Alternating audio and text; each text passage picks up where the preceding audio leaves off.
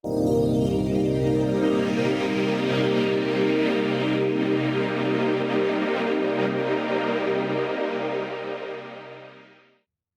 tal? Bienvenidos a una nueva temporada de Dimensión Rasgada. Lo logramos, muchachos, tercera temporada.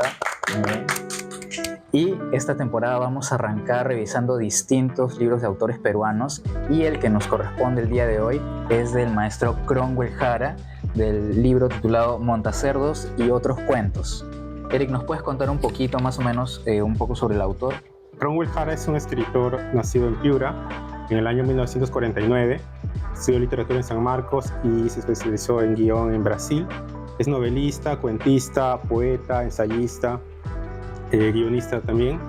Y bueno, tiene una larga trayectoria en estos géneros, principalmente en la narrativa. Y justamente por esta trayectoria consiguió, le dieron el reconocimiento del premio de la Casa de la Literatura Peruana en 2019. Y además el año pasado recibió un homenaje en la Feria Internacional del Libro de Lima, el 2023. Montacerdos y otros cuentos es una recopilación, una nueva edición que saca en este caso el Fondo de Cultura Económica de este cuento tan conocido suyo, uno de los ya clásicos, digamos, en la cuentística peruana, Montacerdos, acompañado de 3 relatos más. Dos Cristos y la Reina de las Cucarachas se había publicado previamente en 2015 en un libro. Y el último cuento, El Milagrero, pertenece a su colección de cuentos Las Huellas del Puma, su primera colección de cuentos que salió en el año de 1986. Cromwell es un autor que sigue publicando, tiene novelas bastante recientemente y está, digamos, en plena actividad aún. Claro, ahora, esta reedición, ¿no? Esta de Montacerdos y los otros 3 cuentos que han incluido, yo al inicio pensaba que como que no había mucha relación, pero creo que hay algo, digamos, en el universo que crea Cromwell que conecta por ahí las historias. Y por ahí voy a ir soltando después algunas ideas que me han surgido en la relectura. Pero digamos, ¿cuáles son sus primeras impresiones del primer cuento, Montacerdos? La oralidad, creo. Y adelantando un poquito lo que tienes que ir, creo que es cómo hablan los personajes, ¿no?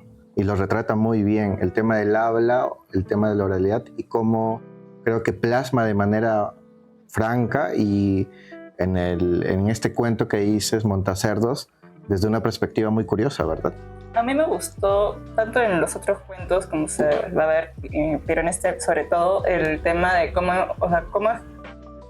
enfoca el tema de la niñez, ¿no? Porque lo habla siempre desde una postura de, en el caso número 1 del primer cuento de una niña, y yo siento que tiene mucha conexión, consigo mismo de repente con ese pasado, y que puede plasmar una voz fidedigna, ¿no? Tal y como lo haría la narración de un niño, de una niña. Siendo testigo, además. Sí, siendo testigo. Siendo testigo porque cuenta la historia de su hermano Yokoko. Ajá. Y de su madre, principalmente de Yokoko, que con su familia vienen a este lugar, más o menos de algún modo fundan su familia, fundan un hogar muy precario en una zona que luego se descubre que es Rímac, y la narradora nos va contando las aventuras y desventuras, si quieren, del personaje principal en un ambiente que puede ser muy hostil a veces, ¿no?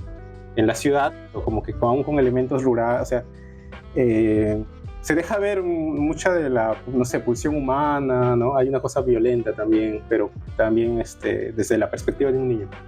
Igual, y por ahí va percibiendo también que la historia tiene la carga, digamos, imaginativa, el mundo que crea Cromwell es bastante, creo que grande, bastante amplio, ¿no? Bastante detalloso. Nos va generando un imaginario no solo del lugar, sino respecto a las personas con las que se van relacionando Yokoko, su mamá, su hermana, ¿no? ¿Cómo se llamaba el cerdo? Disculpa. Celedonio. Celedonio. Sí. No, el cerdo que montaba ahí Yokoko.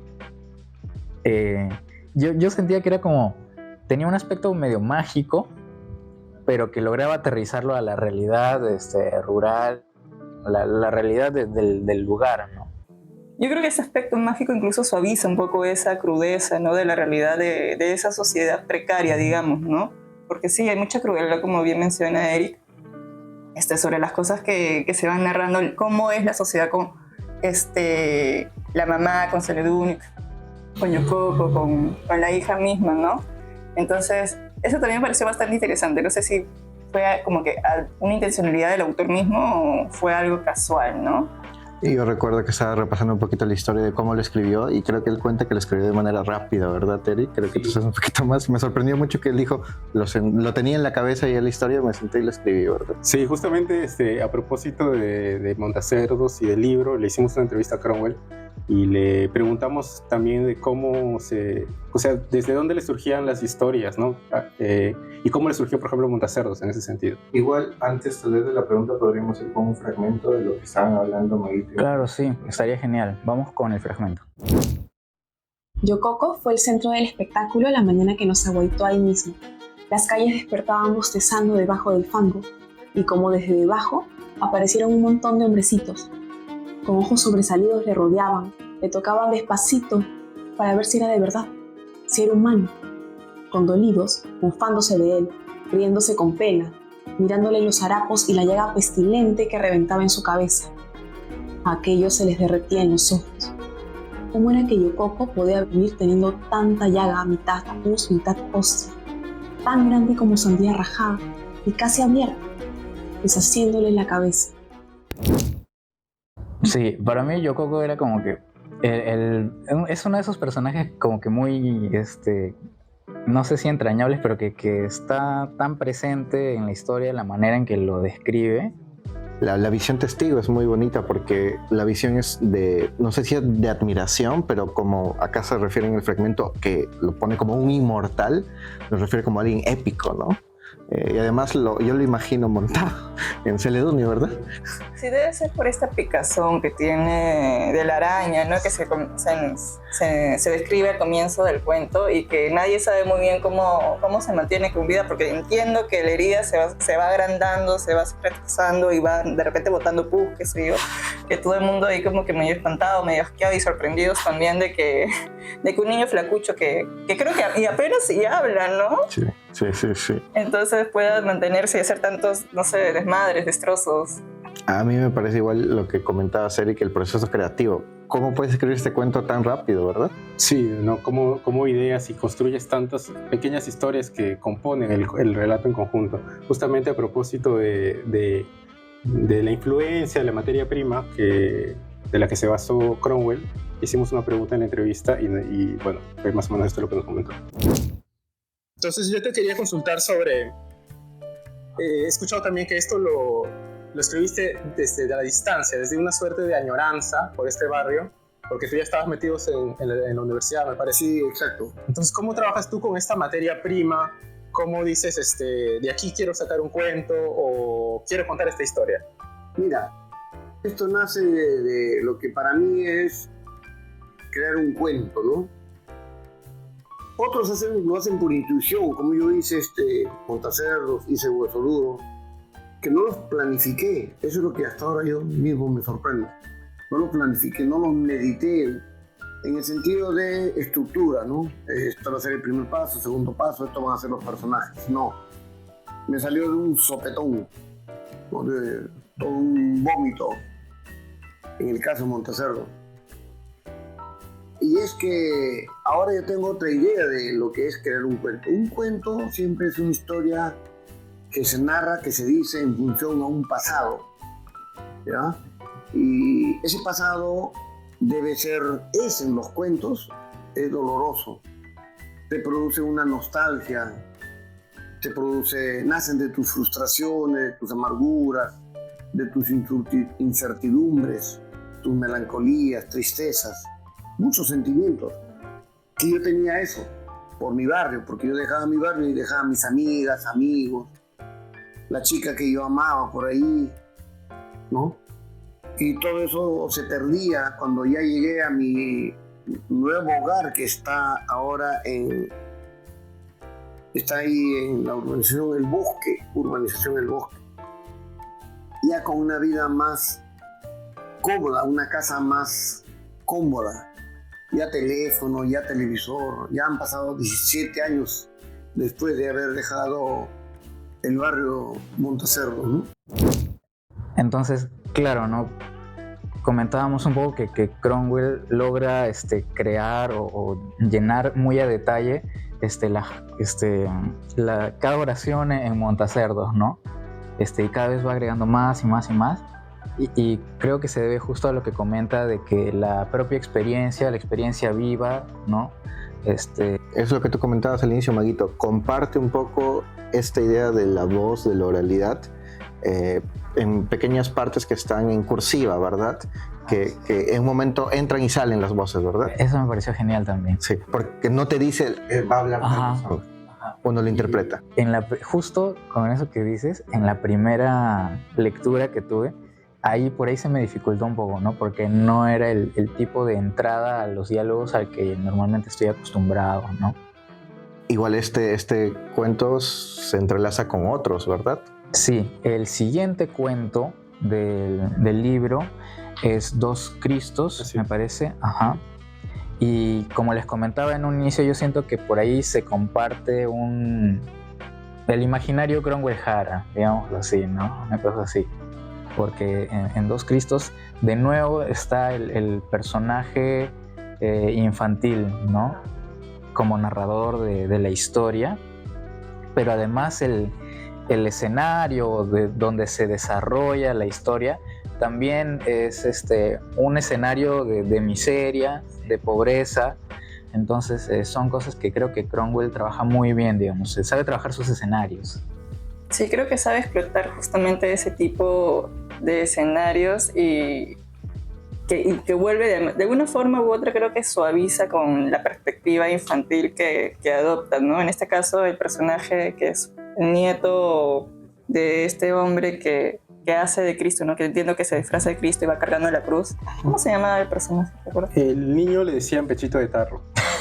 Pechito de Tarro. Buenos apodos tiene. Eso también es como que bien clásico. Bien cercanos. Ajá, sí. Y además su abuelo no solamente hacía de Cristo, tuvo un montón de oficios. Sí, o sea, creo que fue circense. Cachascanista, creo, ¿no? Boxeador. También. De todo hizo De alguna el abuelo. forma como que toda esa experiencia la entremezcla, ¿no? Para poder trabajar, desempeñarse en lo que ahora hace, ¿no? Y además explora la vida de cada uno. ¿De qué va un poquito, Eric, el cuento? Exactamente, justamente era la historia perdón. Pechito de Tarro. Voy a decirlo de nuevo, ¿ya? Ya. Exactamente, justo era la historia de Pechito de Tarro, quien en esta narración tiene que acompañar a su abuelo Tercilio, que actúa de Cristo como un Cristo ambulante en una iglesia del centro de Lima. Y bueno, él no quiere ir al colegio, entonces su madre le dice, si no quieres ir al colegio tienes que ir a trabajar. Y la manera en que tiene de trabajar es vistiéndose también como Cristo y ser una versión en pequeño del abuelo, ¿no? Y acompañarlo en este recorrido a una iglesia, y allí también ocurre pues una serie de eventos. Un clásico de Semana Santa. Sí. Pero lo curioso es que no pasa justo en Semana Santa en la historia, ¿no? Y además hay muchos turistas cuando sí. se aprovechan, porque la palabra que se repite mucho, y volviendo a la oralidad, es $1. $1, please. Para Pechito de Tarro con su propio tarro, ¿no? Recolectando ahí las monedas. La pregunta es, ¿él era consciente? Yo creo que sí. Tú ya sabes lo que voy a preguntar. Sí. Él era consciente de lo que estaba pasando entre, un poquito de spoiler, entre el abuelo y otro Cristo que aparece, y por eso se titula Dos Cristos. Un conflicto de Cristos. Un conflicto de Cristos. ¿Cuál es el verdadero? Y Pechito de Tarro sigue pidiendo $1, pero hay un conflicto, una pelea, y él creo que sí sabe. Tú dices que no. Yo digo que sí. Ah, no, yo digo que no sabe, perdón. Bueno, en todo caso como que aprovecha muy bien la situación, ¿no? Si es que no lo sabe, bueno, de repente cada lector ya sacará su conclusión en ese aspecto, pero se puede ver ahí cómo Pechito de Tarro decide como actuar y aprovechar ese momento, aprovechar aunque sea un momento muy violento, incluso, ¿no? Para seguir facturando. Sí, ¿no? Porque hasta cierto punto él le tiene cierto aprecio al abuelo. Al principio no quiere, al principio es un poco reticente. Reflexiona, o sea, ve un reflejo de la vida del abuelo porque reflexiona, y vemos el mundo interno de su vida también que tiene en el colegio. Y creo que aquí, a diferencia del otro cuento, sí podemos ver una luz al final de lo que es la transformación de este personaje. Tal vez no como en el otro cuento que vamos a tocar, pero en este, al final, como hay una reflexión de lo que es su vida y su vida en el colegio, ¿no? Cómo él afronta su día a día en el colegio, ¿verdad? Sí, sí. Sí, porque justo en el colegio se sufre esto, lo que es el acoso escolar, ¿no? Porque la gente comienza a burlarse tanto de su abuelo como de lo que él hace, ¿no? Sí, Y de su procedencia, pues de Huánuco. sí, sí. Ah, Sí. sí, pues. ¿Tiene un tinte cómico, ustedes creen? Yo creo que sí surge. Sí. De hecho, de todos, es el que más me ha divertido, creo. Ajá. ¿Les parece si vemos un fragmento, escuchamos un fragmento? Sí, vale. Y el abuelo que acariciaba sin palabras dulce la herida de un niño o los ojos de una viejita o la herida de algún señor más viejo que el abuelo, y curaba, bendecía y le pagaban medio sol, un sol, para su tarro, un pan, un pocillo de agua, como Jesús camino al Calvario. El Señor también debe tener sed, hambre, limpiando su herida con un manto sagrado, espantando sus moscas. Y al parecer habían quienes creían que la cruz o el abuelo eran milagrosos. El solo hecho de vernos bajar desde lo alto del infierno era como vernos bajar del cielo, santos legítimos, dueños de un reino. Ni Dios tiene tanto poder, ni la iglesia, ni todos los santos juntos. ¿Y hay una pequeña crítica a la iglesia, ustedes creen? También. Sí. Y la que no es tan solapada, que es una crítica política. Política que a mí como que me saltó y dije, oye, apareció, ¿no? Pero es de esas, no sé, yo siento que es como una de esas del abuelo que ha vivido tantas cosas y que le revienta tanto que pase eso en la política, que va acumulando y y de repente viene alguien que simplemente lo hostiga con preguntas y ya pues lo saca, ¿no? Aprovechó su momento. Exacto, Sí, ¿no? Bien aprovechado también. Y creo que le hicimos una pregunta referida a esto, ¿verdad, Eric? Sí, justamente conversando con Cromwell, en la manera en que utiliza el punto de vista, la utilización del personaje principal para narrar la historia, ¿no? En este caso, que se tiene relación con el cuento anterior, por ejemplo, ¿no? Pero ¿les parece si vamos a ver esa pregunta a Cromwell? Vamos con la pregunta. Pero tanto el cuento Montacerdos, está también La Reina de las Cucarachas, los Cristos, los tres, por ejemplo, parten como que desde la visión de la infancia, ¿no? A mí me llama la atención que de repente usted usa la infancia para mostrar, por así decirlo... En estos casos, ¿ah? Porque no En estos casos, claro, en estos casos. Como que esta inocencia que va descubriendo por primera vez ciertos asombros, o ciertas alegrías, o ciertas tragedias, ¿no? ¿Cómo usted ve, por ejemplo, en estos casos el uso de los...? No, porque lo aprendí de Washington Delgado en las clases cuando decía que en la mejor literatura española del siglo de oro aparecía en el ¿cómo se llama? El Cojuelo, Diablo Cojuelo, Bernardo, ¿cómo se llamaba? Lazarillo de Tormes, ¿ya? Son muchachos, son los palomías, y ellos son los mataperros. Son de la picaresca, ¿ya? Son tramposos, son jodidos. Pero ¿quién narra? Narra la visión de un niño ingenuo, inocente. Y entonces no hay como narrar desde la visión de un infante, de un niño ingenuo, inocente, para decir realidades crudas. Y se me quedó. Porque cuando yo escuchaba eso, recordé que en mi barrio, pues, todos éramos niños. Yo tengo que contar de mi visión de niño, dije entonces. De mi visión de niño. Me gusta esta idea que en este cuento, en el primero vemos la visión más personal de una niña, en este de un joven o de un adolescente, y ahora volvemos en el tercero, Maguito, con una visión más infantil. Sí, en el tercero, titulado La Reina de las Cucarachas. Cuentazo, ¿no? Sí.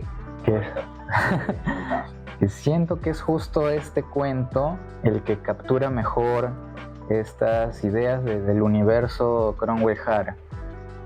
Porque hay tanto este tema de la mirada infantil como también del escenario rural un poco, pero sobre todo esta idea de, por ejemplo, en Montacerdos, la niña que es la narradora en algún momento habla sobre esta sensación de volar. Y también está esta misma idea del ave que vuela en La Reina de las Cucarachas. En el segundo cuento, que es de Dos Cristos, me parece que hay un momento en ¿Era ese? Habla de las palomas también. En los Exacto, cuentos. también habla de las De palomas. los colores de las palomas, le recuerdan a las pinturas de Giotto, cosas Ajá, así, sí. Y también hay un aspecto con respecto al futuro, ¿no? Al qué va a ser de la niña, porque en La Reina de las Cucarachas se espera de que, o sea, el padre de la niña quiere que ella sea una actriz o algo grande. En otros cuentos, me parece que en Monteceros también, la madre de Yokoko y de la niña narradora espera que Yokoko sea un gran niño, espera que la niña también crezca y no sé qué. que sea hermosa, por ejemplo. Sí. Se comunican los 3 cuentos hasta ahora, ¿verdad? Sí, con que en esos detallitos. Y a mí me da risa un poquito porque, rememorando este aspecto de querer volar, me recordó a una parte de un documental sobre la vida de Cornwell Hara, que menciona que cuando vivía en Piura lo iban a traer a él y a sus hermanitos a Lima. Su papá medio que les había engañado diciéndole que en Lima la gente volaba, ¿no? Entonces, de ahí creo que, o sea, capta esa parte de su pasado para poder manifestarlo en los cuentos que van. A mí me pareció un golazo porque es como que bien, o sea, yo lo sentí bien natural. Bien Tiene algo de que un niño puede creer eso. mucha naturalidad tiene, ¿no? Sí. ¿De qué va un poquito, Eric, este cuento? La Reina de las Cucarachas es la historia de una niña llamada Adela que de pronto se ha escondido en una suerte de almacén, una zona así poco visitada de la casa que está llena, repleta de cucarachas, y ella está en este dilema, o salir de allí o quedarse allí, porque si sale la va a encontrar su madre y le va a castigar porque ha hecho una serie de travesuras. O sea, ha batido su récord del conjunto de las travesuras que más daño puede haber causado a la familia, ¿no? La han incluso amarrado, la habían amarrado a un árbol junto a un chivo que se llama Cometodo, y también hasta había hecho algo con su hermanito, ¿no? Un poco sin querer. Casi También. lo mata. No, Entonces ella está allí, ¿no? Y bueno, recuerda la historia y de a pocos también se va ayudando de algunas voces que...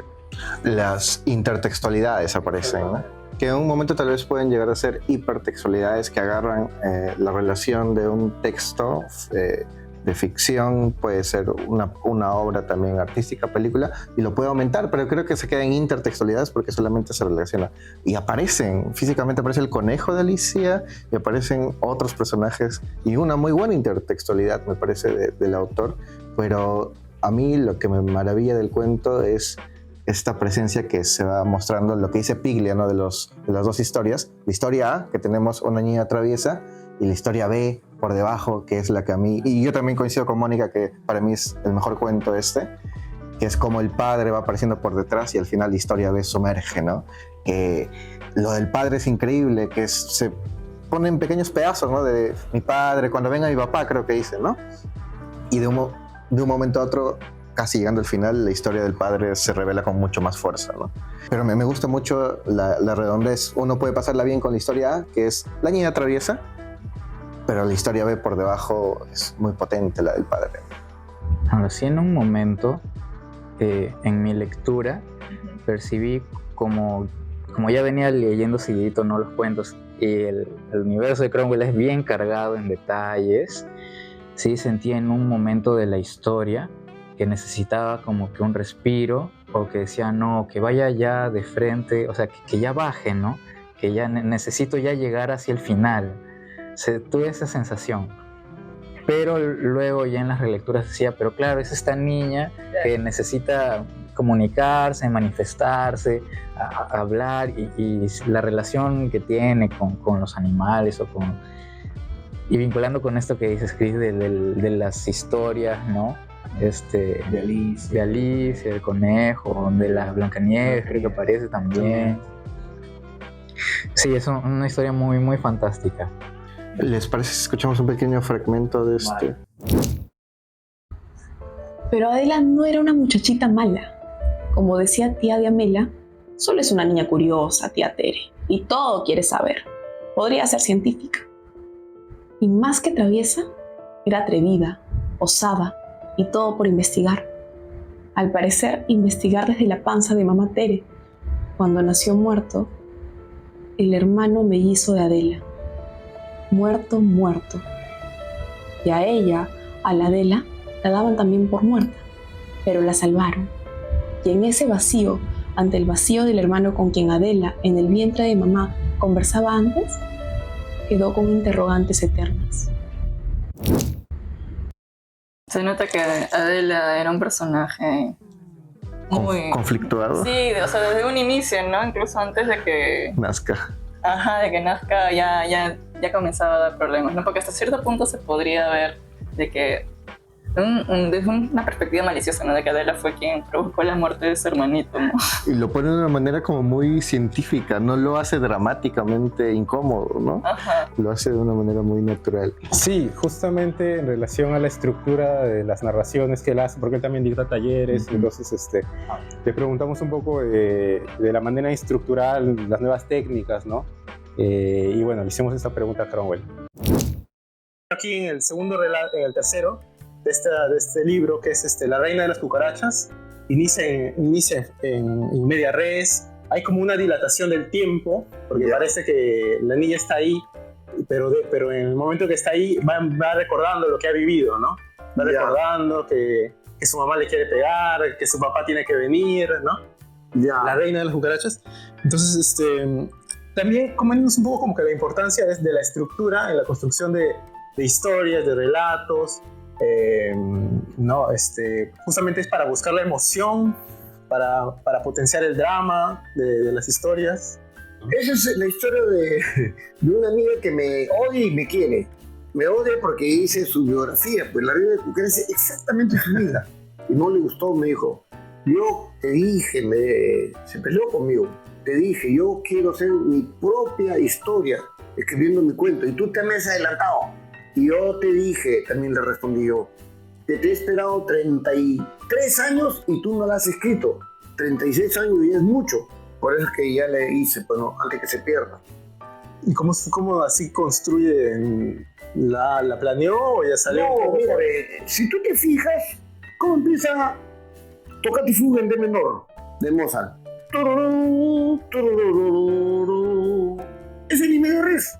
Ya te dio en esa I media res, te dio un sonido, un timbre, una vibración que va a ser la semilla que se va a ir gradualmente avanzando, ¿no?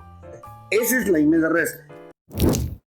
Justamente esa idea de que puedes sentir la familia y esas cosas que decías, Cristian, de que tienen dentro de sí una serie de pulsiones que se pueden ver en la manera en que se interactúan las personas de la familia, ¿no? O sea, la madre, que se llama la madre Tere, contra Adela, tiene ahí, ¿no? Siempre le trata de evitar que haga cada vez nuevas travesuras, y más bien la de ella, su engreído, es el hermanito, ¿no? Felipillo, mientras que el padre tiene como favorita de Adela, pero también suele ser un poco abusivo con la madre, hasta creo que es un poco alcohólico, ¿no? Y se puede ver esas, como no sé si pequeñas frustraciones que tienen los personajes alrededor de la protagonista, pero sin embargo la protagonista siempre trata de darle ese lado alegre, siempre está preguntándose cosas, pero en pos de descubrir más de la realidad que le rodea. Incluso le gusta mucho actuar, le gustan las historias. Ahí hay una tensión, creo yo, entre lo que dice Mago antes, el futuro que le espera, frente al presente un poco hostil, ¿no? Claro, sí. Sí, creo que con esto último que dices, me parece genial cómo Cromwell hace que los personajes de alguna forma vivan ese presente con todo y la precariedad que conlleva, ¿no? Tu personaje insignia, Yokoko, cómo a pesar de toda esa enfermedad, esas condiciones, él, tal vez también por el mismo corte ahí, un poco hacía que él perdiera cierto aspecto de la cordura, pero era un niño dentro de todo feliz, ¿no?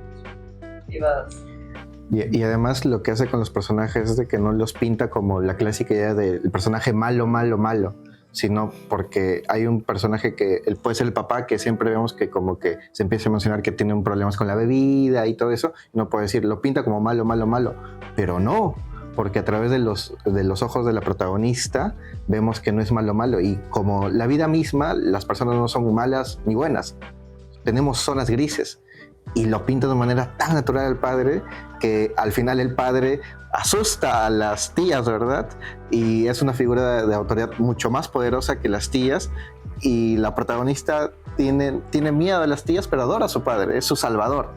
Y uno dice, no puede ser que este padre sea su salvador, ¿no? Pero Cromwell lo hace, como decía Moni, de una manera tan natural, o sea, naturaliza a los personajes en estas zonas grises que tiene, ¿no? Que incluso la niña lo entiende también, entiende esas zonas grises porque sabe que su papá la adora, pero también sabe que su papá se pone violento con su mamá, y aún con todas las cosas que le hace su mamá, ella trata de cuidar de que su padre no le haga daño, ¿no?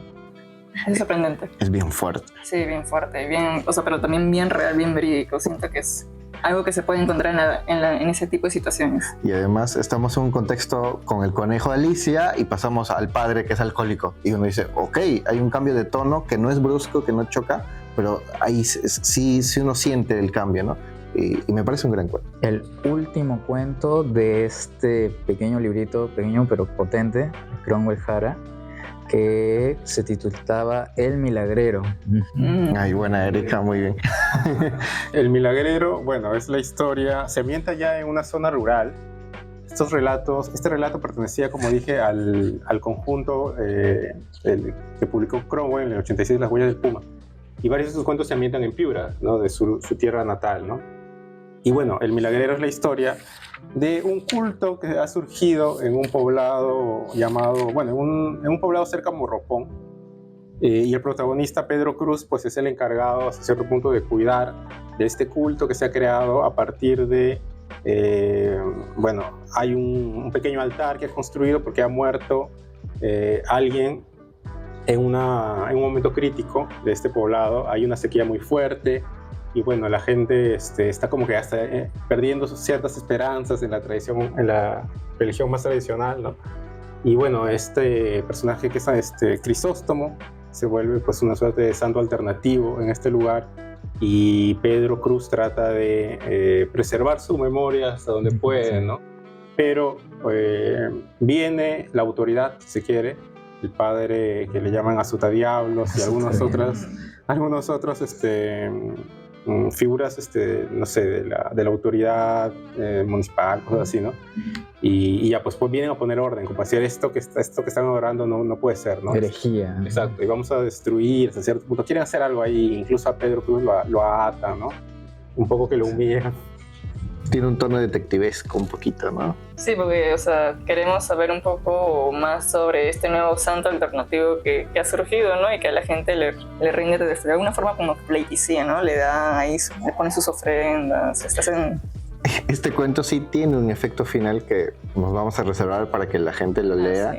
Que sí tiene un plot twist, es la palabra, que se usa más en cine, ¿no? Ajá. Pero quitando de lado eso, aquí creo que sí, Maguito, como lo que mencionabas al inicio, la oralidad ya se va a un nivel superior, ¿no? Casi llegando a un fluir de la conciencia, casi, que no rompe el lenguaje.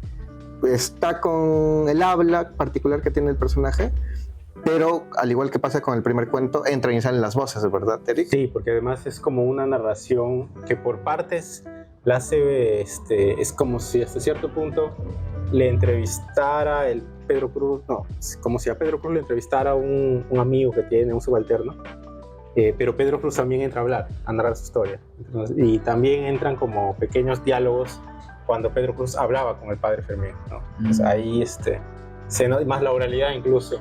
Sí, se me hizo complicado, la verdad. Sí, es el más complicado de leer, creo, por ese tema de la oralidad. ¿Les parece si vemos un fragmentito de esta oralidad para que nos entiendan? Ay, pero empezó a ocurrir lo increíble. Avispero que se sacude suelta avispas. El santo Crisóstomo, que había sido gentil y respondón como siempre, por tantos milagros, tanto se vio recompensado. Su urna ya de 4 paredes de palacio un día se vio tachonada de oro y plata. Digo mejor de milagros, mi amo. Finísimos, delicadísimos, como que eran de legítimo oro y plata fina. Maravillando el paraíso ahí dentro y faltándole nomás florecitas. Pero la envidia, mi amo, ¿qué el demonio la habrá inventado? Inventado, complicado, ¿no? Pero muy fidedigno tal vez. ¿O ustedes creen que hay un efecto complicado también al momento de hablar? A mí me parece que sí encaja. Yo sí también pienso que es creíble, ¿no? Este tipo de habla, digamos. Igual creo que hay acá una crítica más clara todavía al tema de la iglesia, ¿no? Porque se siente un poco la idea de esto no puede ser legítimo, como decías, ¿no? Y hay cosas que sí tienen que ser legítimas porque lo ordenan los de arriba, ¿no? Exacto, es como si el pueblo estuviera alejado hasta cierto punto, ¿no? Y va creando pues sus propios héroes, si quieren. En este caso es un héroe que la verdad que al final, ¿no? Es este plot twist que no revelaremos, pero va en pos del humor también, ¿no? Sí, por el final. Y yo agregaría, sin revelar el final, que a veces adoramos y tenemos en altares a cosas que en realidad no sabemos a quién adoramos, ¿verdad? Adoramos por adorar. Fanáticos de un personaje, de una película. Exactamente. O sea, tenemos esta idolatría invisible a algo que puede ser ficticio, falso, ¿no? Pero no diré más porque estás muy cerca del... Es como es... Bueno, no sé si es común, pero me acordaba también de esta época en la que la gente se mandaba cadenas por correo. Sí. Y tú tenías que... Eso sería ahora el... Sube una foto... viajando o no viajarás 2024. Pero aún así se mandan cadenas por WhatsApp las personas más mayores. Mi papá el otro día mandó uno: no abras este mensaje de WhatsApp porque es virus de Japón. Se ha transformado las cadenas de cartas que te enviaban por debajo de la puerta, ahora es virtual. Pero es esta cosa de la creencia, ¿no? Sí, la creencia fiel a... La humanidad, pero... No solamente peruana, tal vez latinoamericana, sí, latinoamericana, me atrevo a decir. ¿Esos serían todos los cuentos? Correcto. Esos son todos los cuentos reeditados o unidos en esta edición que sacó el Fondo de Cultura Económica. Igual los invitamos a buscar el libro, a ver mucho más sobre el autor, más sobre toda su obra, que es bastante amplia. Y ya saben que pueden encontrarnos en Instagram, en Facebook, nos escuchan por Spotify y YouTube. Y atentos porque el siguiente episodio va a ser acerca de El Año del Viento de Karina Pacheco. Karina Pacheco. Agradecemos a Cromwell por habernos cedido un espacio, ¿no? de su tiempo para hacerle la entrevista, que también pueden encontrar en nuestra cuenta de Dimensión Rasgada. Eso sería todo y nos vemos, chicos. Así. Sí, ahí nos vemos. Ahí. Chao. Se logró, ahora sí, la tercera era la vencida. Complicado, pero ya está. Montecerdos. Muy bueno. Necesito agua. Sí. Y yo poco. Hace calor. Celedunio.